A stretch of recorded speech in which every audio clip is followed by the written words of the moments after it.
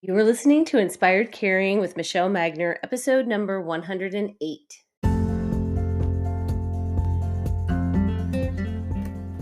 Hello, welcome to Inspired Caring. I'm your host, Michelle Magner.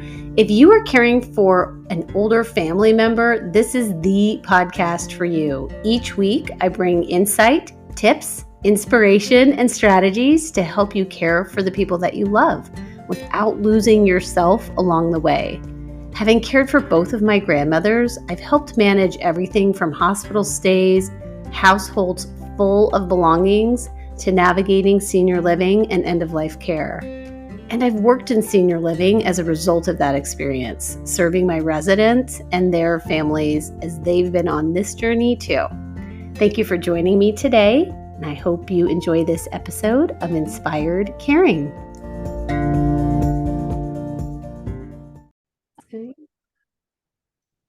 Well, welcome back to the podcast, Mom. Well, thanks for having me, Michelle. Yeah. I hope this is as interesting to your audience as it is to us. Oh my gosh. We can talk for hours about this stuff. We had a previous episode, I think it was episode 106 on next level aging. And that was part one, where we talked about some of the new observations, maybe challenges with advancing in years. And so today we're going to talk about part two, which are the things that you have done over time to really set yourself up for success that you feel like have influenced in a positive way how you are aging so well. And I love that you put in parentheses stuff I'm glad I did, which could have been yesterday.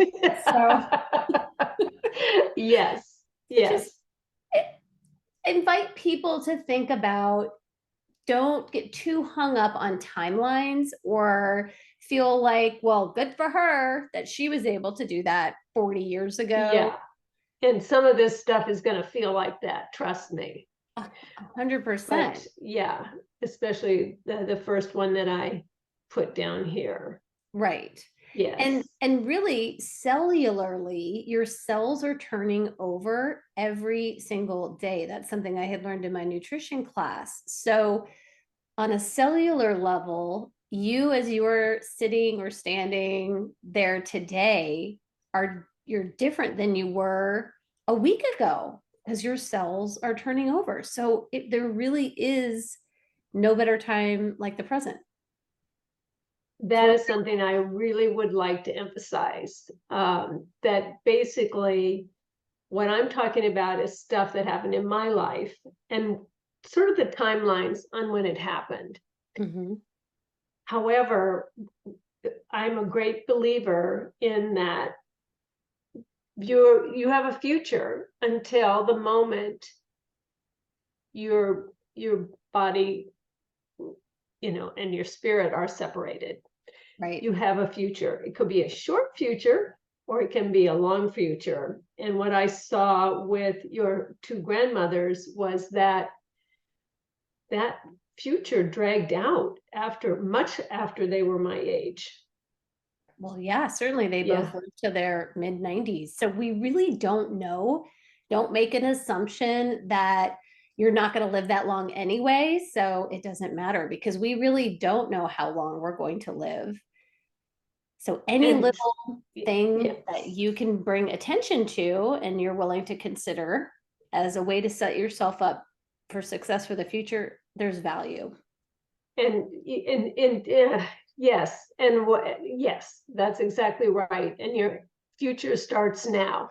Yes, yeah, it's like a college slogan or something. Yeah, it belongs on a T-shirt or something. Right, so, college or yeah. So I've alluded a little bit to one of the first things that I didn't even think about until I think 2 nights ago or last night or something, was that I stopped smoking when I was 24 years old. Okay. What year was that for frame of reference? Because there was a period of time where doctors were recommending smoking. So what year was it? Yeah, there was 19 1969. Okay. 1969, and I was in my last year of law school. And actually, your father and I decided that we were going to stop smoking. And he actually quit a couple of weeks before I did, believe it Okay. or not. And up until then, I mean, we were at least a pack a day. And when I was traveling, I loved trying out cigarettes in different countries. It was like really something that I loved. And I felt like I'm a little bit shy in many ways, and going to parties, having a cigarette and a drink was it made me feel like it didn't matter if anybody was talking to me or not, in a way. Or I didn't have to feel like I didn't belong or anything like that. So giving it up was really like saying goodbye to a friend that I had in high school.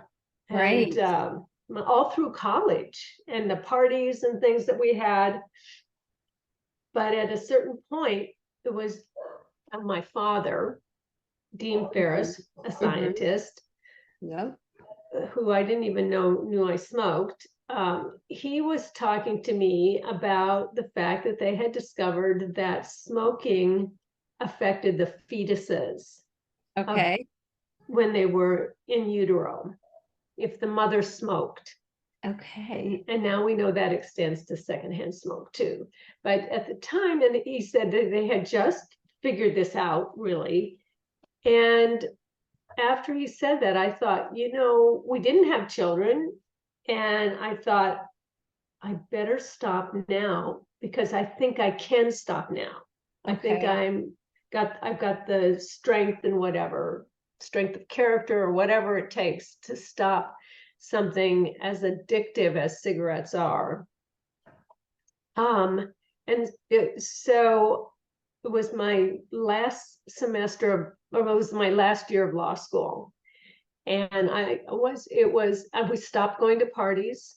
We stopped going to picnics. We stopped getting together with people to reinforce that we were quitting. Right. And I made it through my first set of exams without smoking. Now, there was plenty of secondhand smoke, don't get me wrong, because all of my colleagues at law school pretty much were smoking.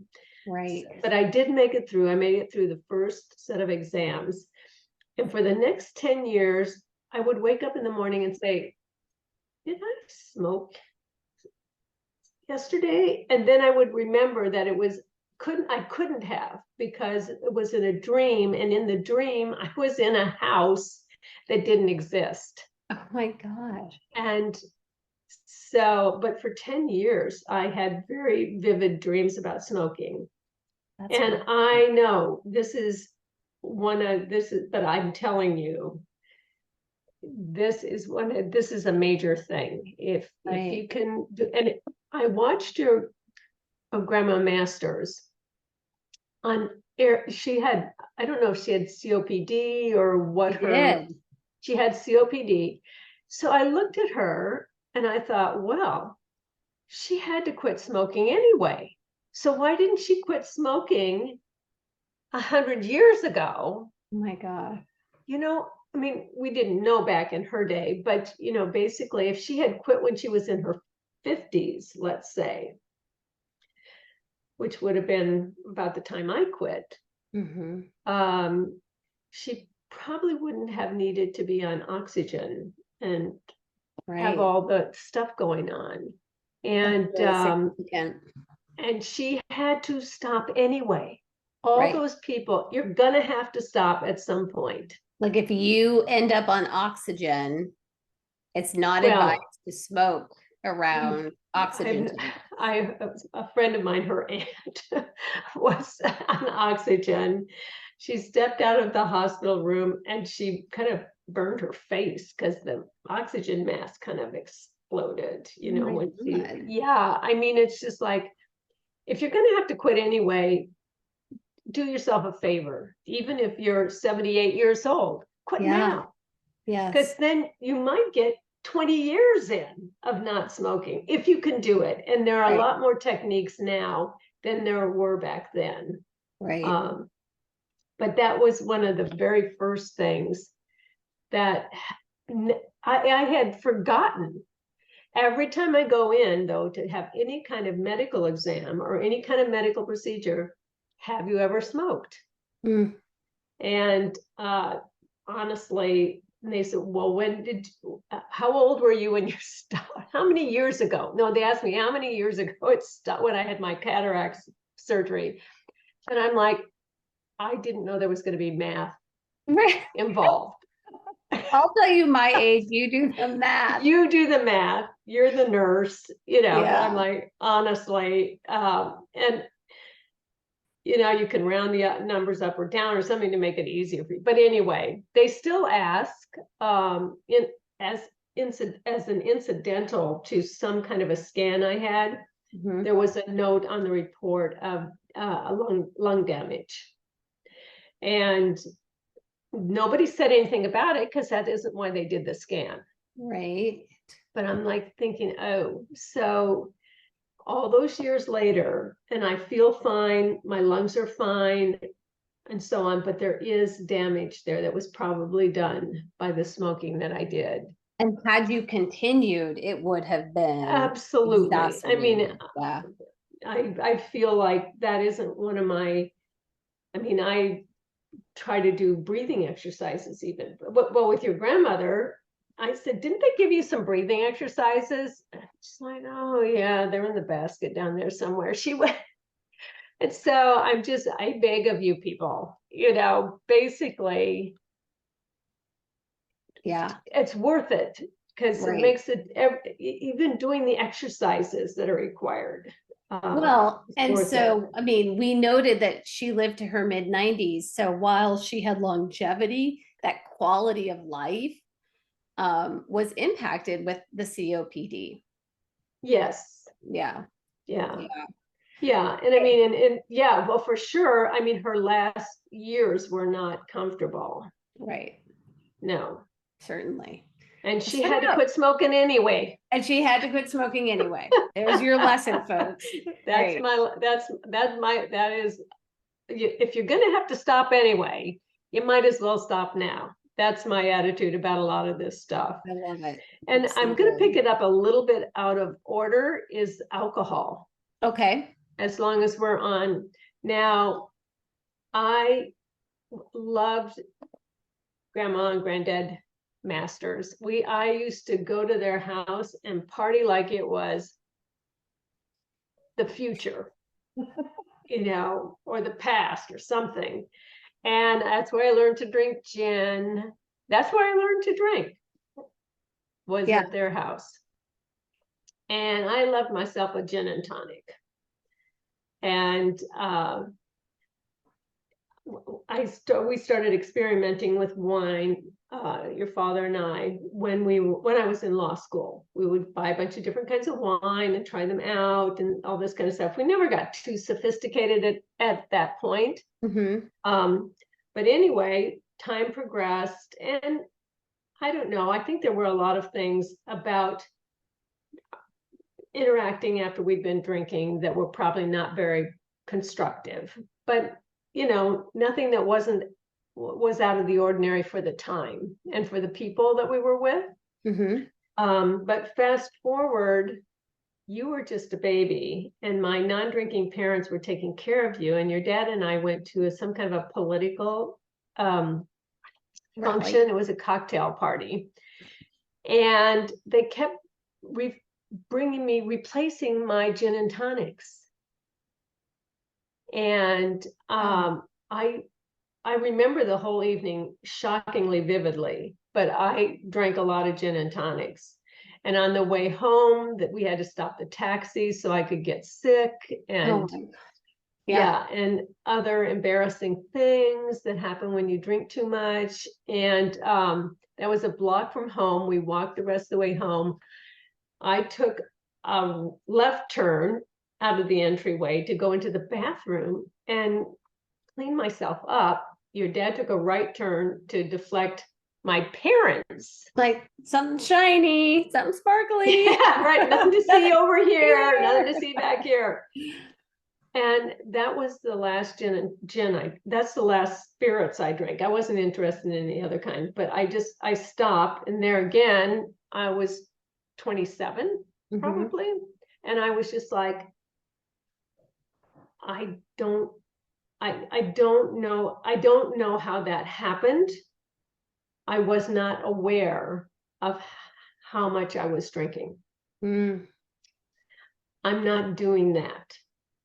And that was not easy either, because we had a party the following weekend out of town, and there was a lot of nice gin there, and I thought, well, but I didn't do it. I stopped. I stopped drinking any kind of spirits, really. And but gin and tonic was my drink. And then it feels like you had these like little moments of mindful awareness, I guess is what we would call it now, but you had these little moments of awareness where you kind of woke up that you had to quit, and it didn't mean that it was easy, but you had more resolve because you had that awareness, as opposed to trying to like battle back and forth with your will.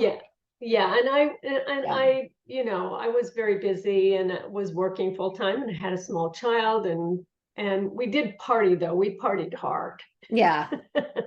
Now, none of the other stuff really took off for me.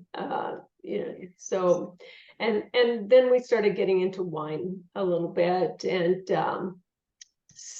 but over the years, I would take like a year off from drinking, but I always wanted to go back, but there are over the years, and then at a certain point, when I had the problems that sent me to the allergist, she said, stop drinking beer and wine and stop eating yeast. And, because this is causing a lot of don't eat sugar.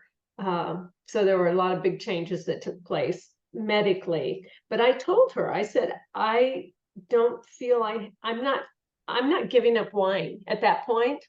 And I didn't give up beer either, because that was part of my social life. But at one point I did stop drinking the beer, and this was when I was in my 60s. And I was like, when I decided to go back and have a beer, I was like, well, this doesn't taste good to me. So so I stopped drinking beer then. And then fast forward, I got to be quite the expert on wine. And I really, people would talk to me about wine, and we all had a good conversation. We had some beautiful wines.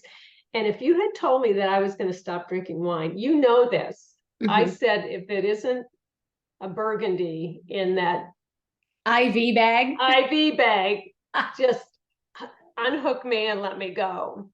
I mean, I thought I would be drinking the best Burgundy on earth on my deathbed.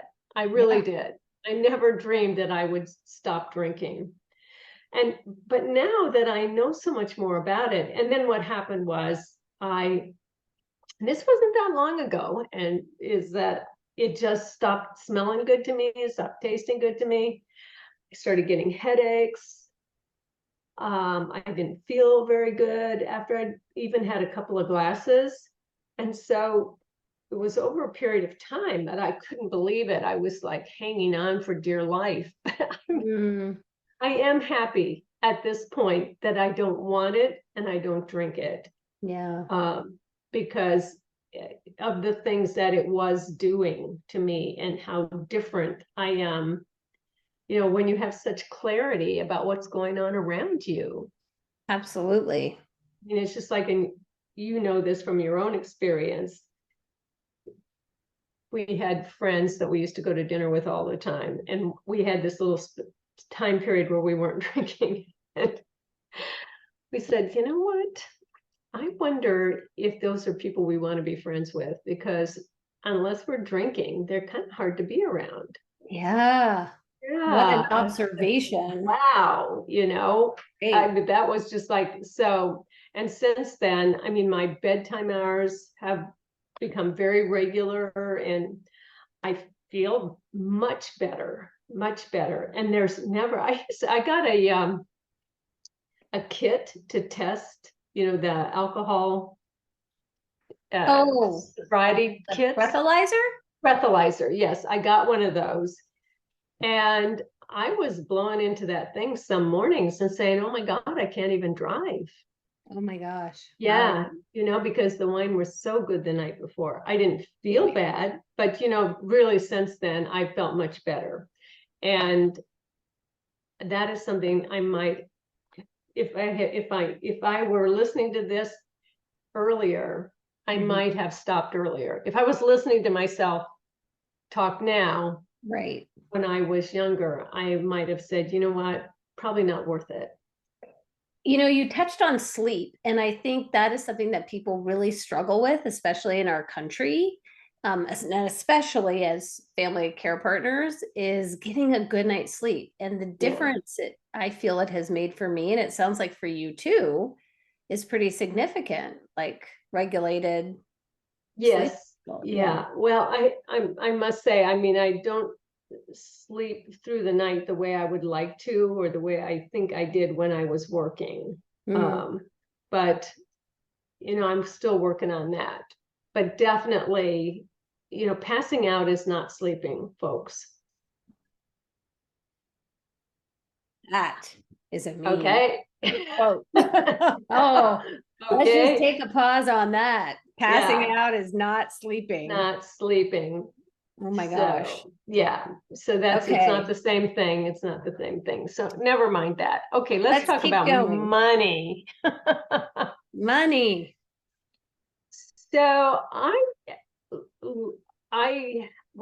became a lawyer, so I had jobs, and I got to make decent money. And then I got to make more than decent money. And and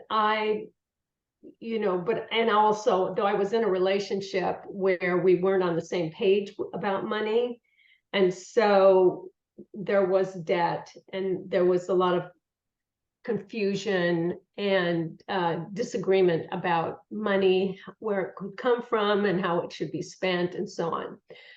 And when I got out of that relationship, I was like really broken in debt. And I'm just like, I don't want to live like this. Hmm. So I would have been, it's like, I'm trying to do the math, it's hard. But let's say let's go with, it was 1981. I know what year it was. So I would have Great. been, you know, uh, I was in my, 9, if that's easier math. well, not for me, but Yeah. so anyway, it was good. I was 1981, and so I started working on, I had my own business, and it was all right. Um, I was in venture capital, but I was the person helping create the companies and so on and so forth. So, um, it was like I had a couple of employees, and so it was like, still, I had no partner, so it was just me, and it was okay. I did okay, but I was like, the credit cards were always there, and stuff like that was going on. Mhm. And there was one moment where I was just like, I don't know how I'm going to meet tomorrow's payroll. Mm. And that didn't just affect me, it affected the people who were working for me.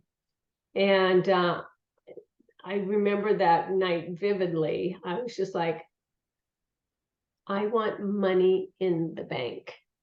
I want Yes. it in the bank.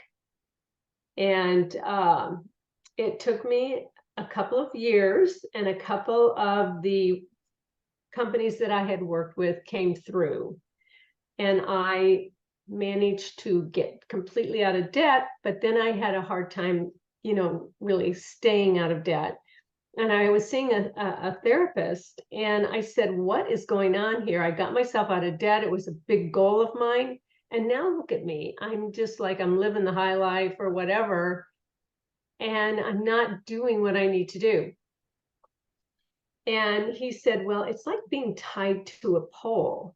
You want to get free from that pole, and then somebody cuts you free and you can't stand up because you have not been standing up all that time. Wow. So all the stand-up muscles are gone. So you have to kind of work on getting your stand-up muscles back in shape. So the pole was a support as well as a restraint. And so with that good advice, I managed to get out of debt. I went and lived in Paris for a couple of years, but there again, I said, when my bank account hits this level, I'm going home. And it hit that level.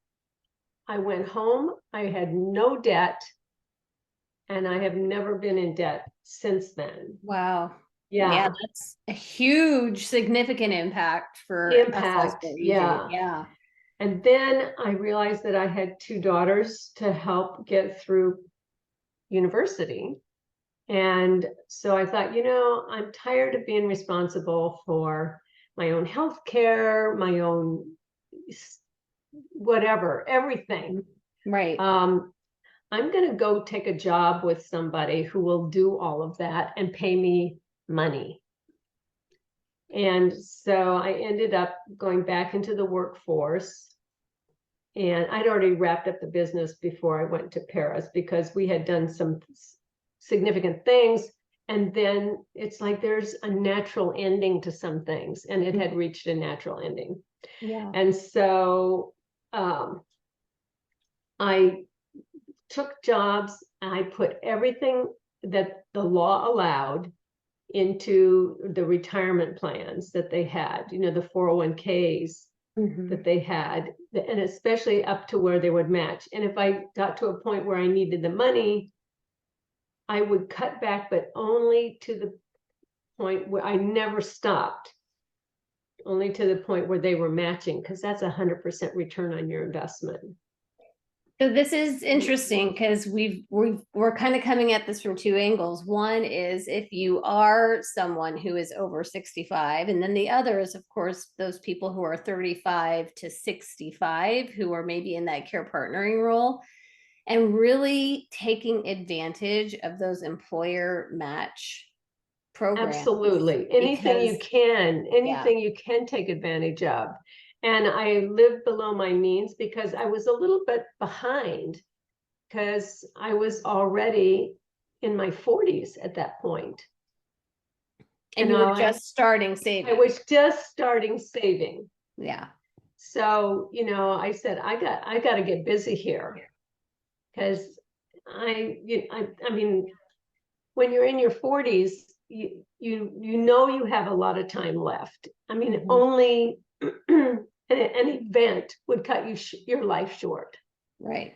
See, that's the difference between where I am now and where I was then, is that then you said, if everything happens normally and I don't get sick or hit by a bus, I'm going to be responsible for my children and myself.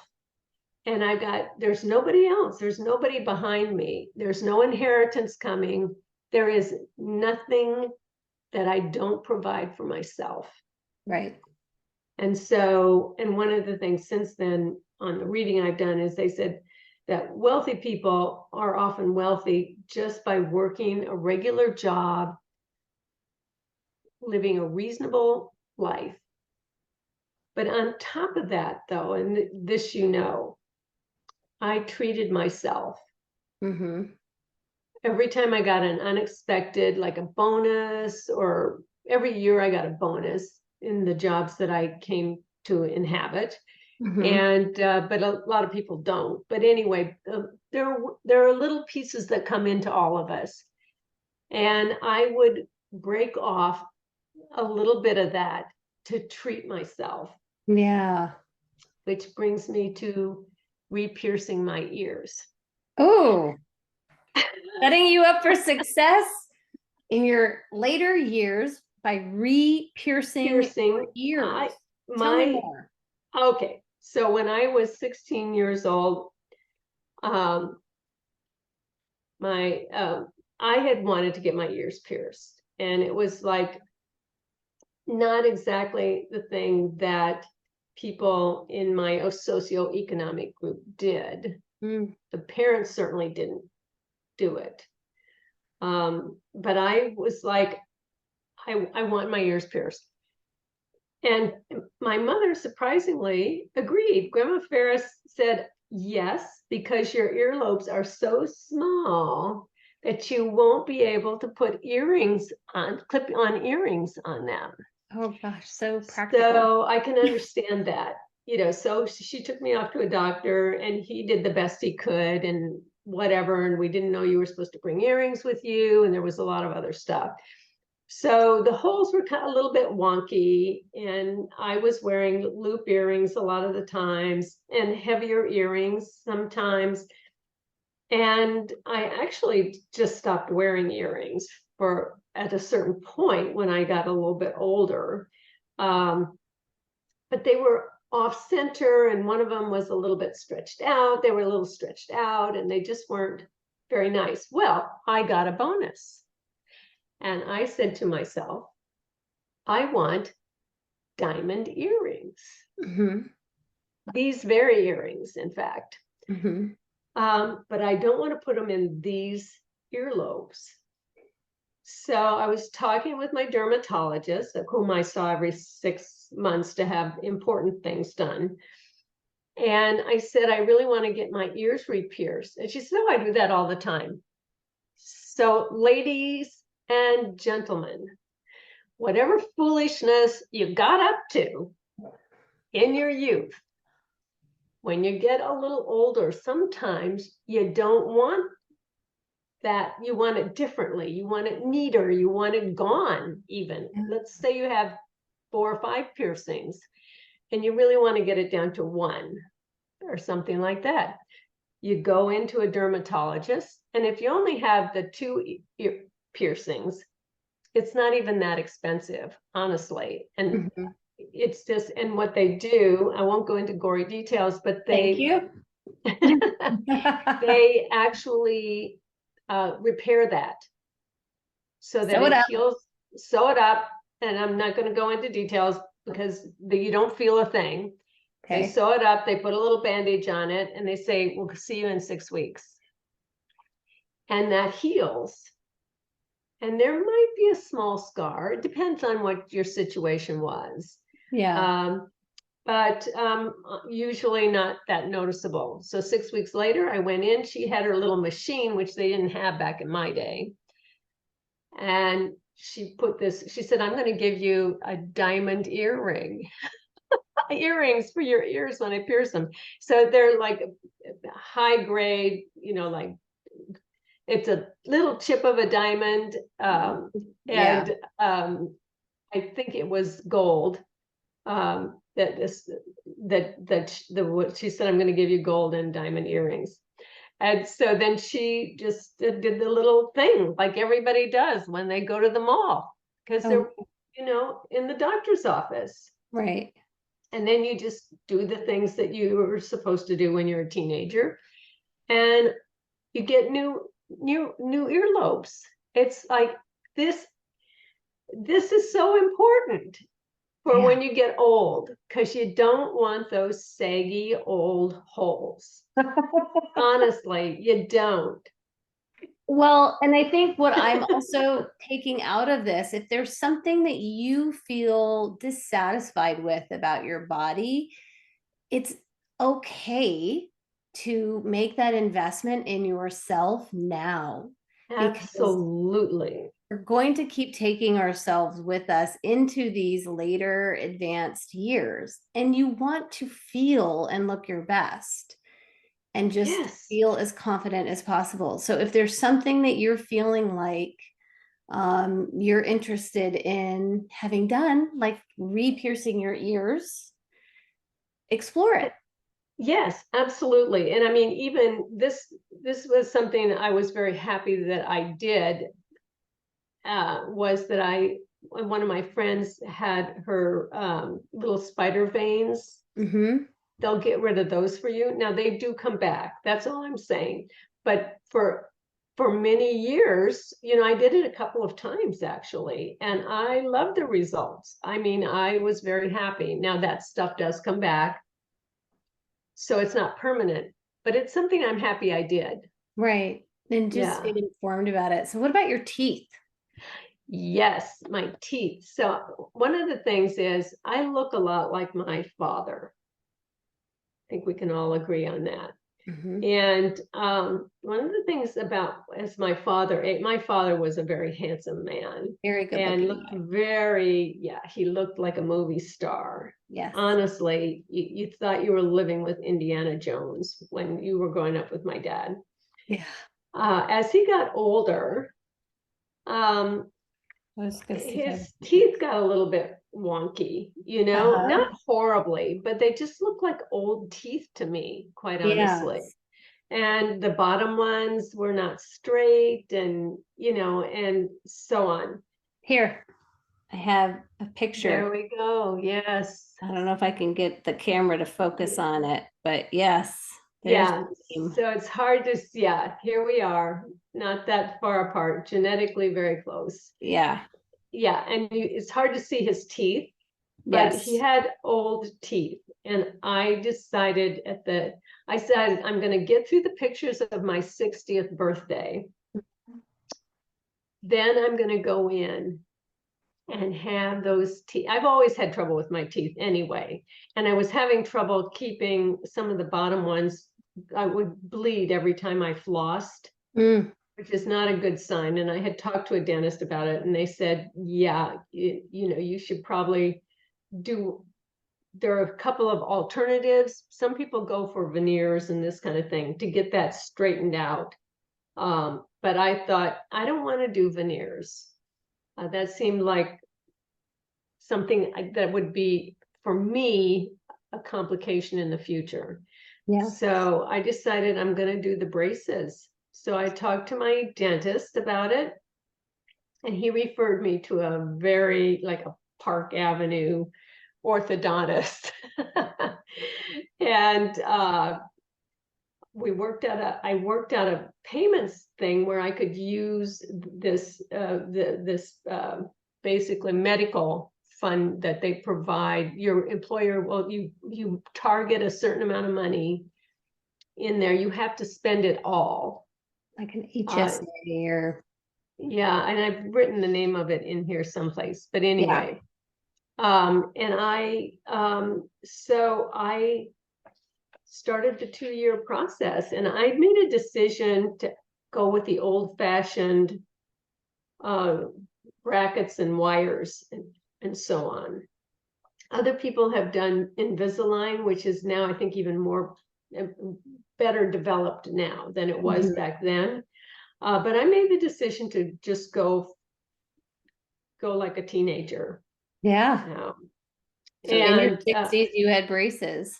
Yeah, for a couple of years. Yeah. And I have pictures of that, which I might put when I post this thing. I might put pictures of me in my braces.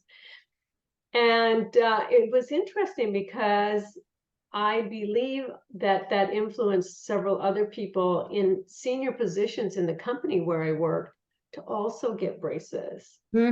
Because the chief financial officer, not too long after I got mine, he got braces. So, and this isn't just vanity. This is because if your teeth are crooked or something, if you can't floss properly, chances are you're going to get a gum disease. You're going to lose those teeth at some point. There's going to be issues. Right. So there are medical reasons for doing this. And my teeth were perfect when I was younger. So it was just the aging process itself that caused me to say, when I see pictures of myself, I want to look like the way I want to look. Right. Yeah. So there's the aesthetic reason, and we really do want to keep our teeth as long as possible. Yes. And having a partial bridge or an implant or a denture. I mean, there's so much technology now that's so far advanced, but you really do want to try and keep your own teeth for as long as possible. So that was such a great Yes, it way was a for you to do great, that. and just to for perspective, I did this at 60. Yes. Yeah, where you're thinking of things I did in the past that I appreciate now that I'm older. Right. That wasn't even that long ago. And yet it makes a big difference on my aging process. Yeah, for Yeah. sure. What about diet and exercise? Yes. Well, the interesting thing was that I've never been a particularly big person, overweight person. And so I never thought too much about it. If I wanted to lose weight, I would count up to a certain amount of calories, and then that's what I ate. And maybe I ate healthy and maybe I didn't. But I just did it like that. Yes. And then when I went through menopause, um, people kept saying, I don't, you could eat anything, they said to me. And I thought, what the heck, let's give it a try. Okay. And so and I went through menopause at 40. So let's keep that in mind too. Okay. That's most people don't have that challenge on top of everything else. Most women, that's early. Let me just say that it's early. It's not unknown, but it's early. Mhm. And so I kind of started gaining a little weight. And it is very funny when you hear about people. I was listening to this podcast, and when the the person who was doing the interviewing said, well, it's the expert on habits said, why do you want to lose weight? And it's like, well, I just hate it when my pants are tight. And she said, well, if that's it, just buy new pants. Yeah. So let's get down to what's really going on. Right. Because honestly, if you're okay with, and he said, well, no, I don't like the way my face looks. I don't like the way I feel in my body and this kind of thing. But I chose getting bigger pants. Hey. Yeah, and I was just like, what the heck? So, I gave away all of my thin person clothes and bought a bunch of clothes. And then you gave me a call and said, Mom, I've gained some weight my freshman year. I'm not happy about it. What can we do while I'm living with you over the summer? I'm like, well, maybe we should learn about eating. Let's go to Weight Watchers. And I thought we had the best time. We did. Yeah, it was so And good. we would go to a meeting and at first they would give you a menu for 3 weeks. Back in those days, they gave you a menu. We would go to the meeting, we would go out and have a little dinner that kind of fit in with the Weight Watcher plan. And then we would go shopping for a few days, maybe even the whole week. We would figure out what we were going to have, and it was a lot of fun. We had a good time. And we learned a lot about food. I learned about classifying things not by the number of calories, but by what it did for your body. Right. What the nutritional value was. Now, this program has changed in so many ways. And so you went off, and I feel like you learned a lot from that. Sure did. Yes. Yeah. About eating and setting up a food plan. I learned a lot, and became a lifetime member. And so the main thing about this is that my family does, most of my female relatives had suffered from really what's got to be morbid obesity. It's like conditions that were the result of obesity, congestive heart failure, Yes, and some yeah, other things. Yeah. yeah. And I'm not saying that this wouldn't have happened to them anyway. I mean, there's a Right. lot, but I No. am saying that it did complicate their health picture. Yes. And also they weren't comfortable. Right. And it made it hard. I mean, it just like, I mean, maybe they were satisfied. I don't know. I knew that I had the technology to eat properly, Right. The to make information, the the resource. information, and also the information on how to stay within a certain range Right. of weight.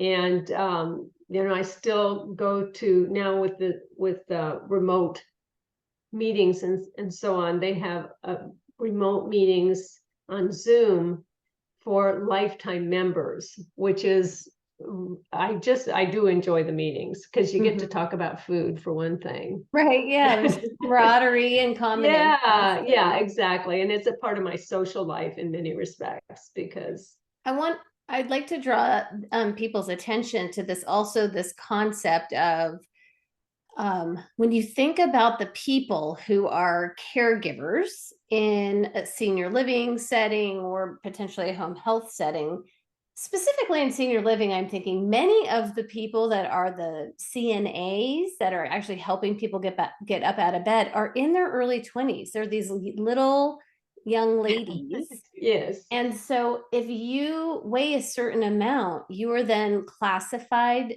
as a two-person assist. And so that has really stuck with me as I continue my own aging journey. And I think about what I want things, how I want things to go and look like is if you are a two-person assist because one person is unable to physically assist you from getting up out of bed, transferring to a chair or a wheelchair to take you to the restroom, it takes longer for two people to get to the room. Potentially, there's going to be equipment involved, like lifts and things. And so, just to have that in mind, like to set yourself up successfully as you are continuing your aging journey. If you have yes. any kind of medical incident, even in the hospitals, and it requires equipment or more than one person to assist you, that is just something to be aware of and take into consideration. So that actually leads into another topic, and that's exercise. And the Yes. reason I'm going to make that liaison is because as you know, I work with a trainer. And one of the things that we do every time there's a training session is I get down on the ground and do some exercises on the ground. Um, then I get up from the ground. Yeah. And she often has me just walk up. But the other thing is when I put one knee up and the other leg laying flat and then push up, just push up and get up. And sometimes I use my hand on the ground. Sometimes I just push on my knee. I notice that there are certain toilets in the city that I need to be able to push up and get Right. up Yeah. unassisted. Um, and she was saying that I am one of the few I mean, she's going 10 years younger, 10 years older. She's like, you're one of the few I have who can get up off the ground. Man, that's Yeah. big. And like just to reiterate, because I don't think we've shared your age on Oh, this episode, you're yes. almost 80. You are Yes, I'm 2 78. years short of 80 Right. and 78. And so that is, and she said to me this morning, and she said, because she thought I have makeup on now, but I didn't at that point. You're talking about your trainer? My trainer, yes. Okay. We're on Zoom. And I said, well, I have to go get ready because I have an interview. And so she said, well, like, what do you have to do to get ready? And I said, well, I have to put makeup on. And she's like, you don't have makeup on? And I said, no, I haven't put the makeup on yet. And she said, well, surely you have lipstick on. And I'm like, no, I actually don't. I don't know how this happened. Right. Honestly. Yeah. But yeah, I did, and now I do have makeup on now. But at that moment, she said, if I'm doing what you're doing in 10 years, I would be so happy. Yeah. No. Right. Well, and So these are all the little things. That's what we've been talking about today. These are all yeah, the little things that really set you up for success. yes. And so that's definitely, and I know I know people are going to say, well, it was easy for you or whatever. I'm on a conference call once a week with other people who look like me, who are saying, I was so tempted, I did this, I did that, I had a bad day, I had a bad week, I went on vacation, and somehow, and there's this group, and I don't know, you have to find your own group or whatever, but I'm just saying it's not easy for anybody to You're paying maintain. attention. Yes, and I mean it's just like in that program, it's called the maintenance, and you go through like a 6-week period before you become a lifetime member when you reach a goal weight, and it's learning to eat what you need to sustain you health in a healthy way. Have your treats. Again, it's like with the money. Yes, sometimes you're going to splurge on a pair of diamond earrings. Right. But if it jeopardizes your health, then you need to really sit down and think about it. And that's one of the things. I am extremely happy that we did that, and you are on your own, and you still manage to figure out how to maintain your weight, and Sure. you And don't I've need had a my group. own ups and downs and that Yes, force but it's really just not giving up on yourself for the idea that your health can be improved with any little change you make, and that yes, the impact that can have on the future is meaningful and significant. yes. And Yeah. and as you know, the most recent sister, my last remaining sister, passed away at the age of 81, and she was so obese that it took 3 members of the family to just situate her in the Care bed for to give her, her and yeah, care. yeah, Yeah. And that had quite an impact on me. yeah. Well, So we need to wrap up, but I want to hear a little bit more about the things that you're doing now, like high heels and yes, dresses and yeah. skirts, just little changes that you're making right now at 78 to set yourself up for success. When I was 77, when it was before that, it was actually at Allison's wedding, my stepdaughter's wedding, where I was wearing a skirt and I had makeup on my legs, and all this stuff. And I'm just like, I'm not doing this again. So I had 2 more weddings, but one just took place a year ago, where I said, I'm going to get myself some fancy, I don't like long dresses. They're really not for me, but pants that are kind of glamorous looking, just I want to look glamorous, but I'm not doing that anymore. I just don't want my legs sticking out there. They just don't, I have great legs, but I just didn't like the way they looked with skirts and dresses. So I said, that's it. I'm not going to do dresses anymore. So that was, and then last year, when I was 77, I put on my Manolo Blahniks that I'd worn to all the weddings and a few other things. And they fit perfectly and they were nice shoes and everything. But at the end of the wedding part in the pictures, I swapped them out for flats to wear to the reception in my little pantsuit, whatever. It wasn't, anyway. And I thought, I'm not doing that again. I am not doing that again. And I've been buying flats and trying to get the right ones with the right arch support and all that, and gave away my heels. So all of them. Really just wanting women, anyone who's listening, but really especially women, to feel empowered that you can change up your style. You can change up whatever. If it's not working for you anymore, it's okay to say, I'm not doing it anymore. My friend April next door, she went to the dentist, and the hygienist was going through the process of cleaning the teeth, the exam and everything. And then she was tried to floss her teeth. You know how those hygienists do that? Yes. And April said, it hit me. I am a grown ass woman. And I told her, no.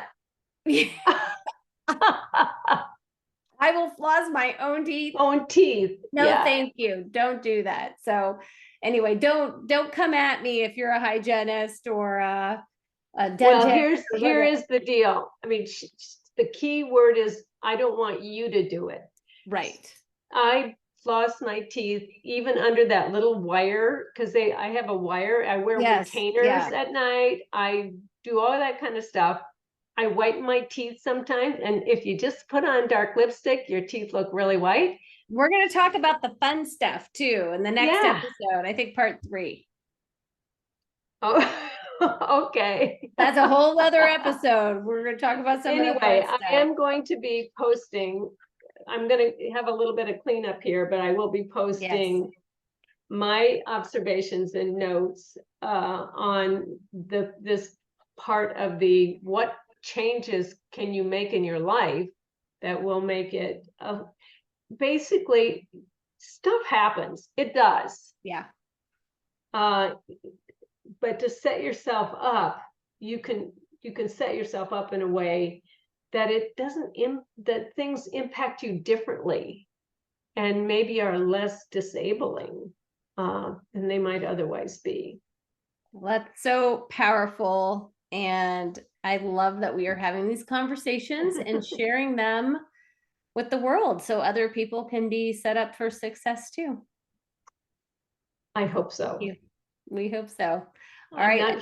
I'm not here to trash anybody, but there are things that you can do no matter what your condition is. Yeah. And if you have a nudge or an inkling about something, follow it. Follow the nudge for you, whatever that individual thing is for you. I think we just get very stuck around drink your water, eat healthy, move your body, but not really digging into how you do that. And I think that you did a great job of sharing ways that people can actually practically put that into practice. So thank you. Thank you. Talk to you soon. Yeah.